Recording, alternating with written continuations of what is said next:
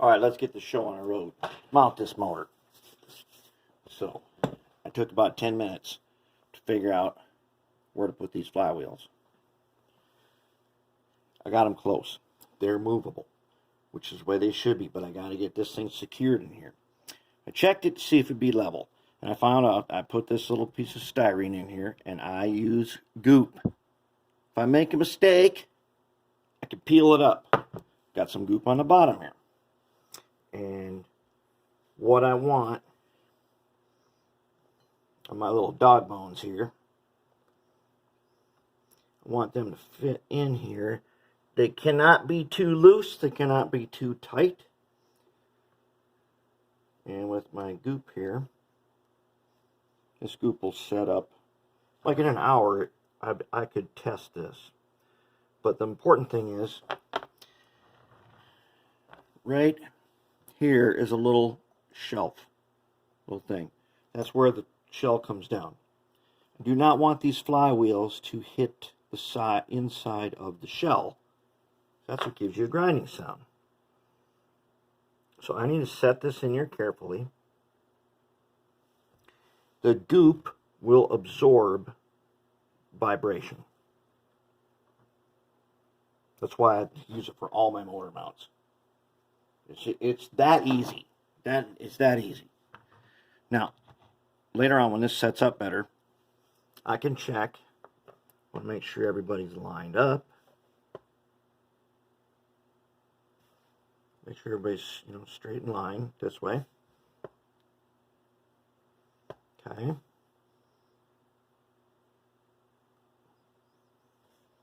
front one's coming out of alignment a little bit. Let's turn them again.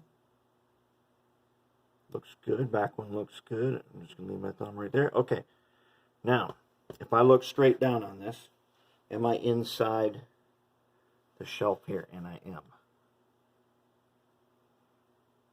All I got to do is leave that set up. There we go. Now, does that not look familiar to a locomotive that we are already familiar with? How about like an Atlas? We don't need all that extra junk that goes in there. Now we will solder up these wires on here after she sets up. Both sides. And we'll be ready for testing. Okay, the way I have this thing is, on these you could tell the front end's got these notches and stuff here, in the back, hopefully I got that right. Well, we'll find out. If I didn't, then I'm going to have to take it apart and do it over. But I'm fairly certain I've got this lined up right with the notches are for where the cab is. And I probably put a scribe mark on here, because that's why I'm doing it this way. But we'll see. We'll see. If not, I'll just take it apart and flip it around. No problem. So, that is how easy it is to mount a motor. And now it looks like something we're totally familiar with. We are no longer looking at an Atlas like, oh, it's super complicated, because it's not. There is nothing to it. It is no different than our favorite blue boxes. It's exactly the same setup. One thing that is different, though, is these flywheels are better as far as being true than the old steel flywheels of an Atlas, which those are not true. Are they better than these brass ones? These brass ones that came later are better.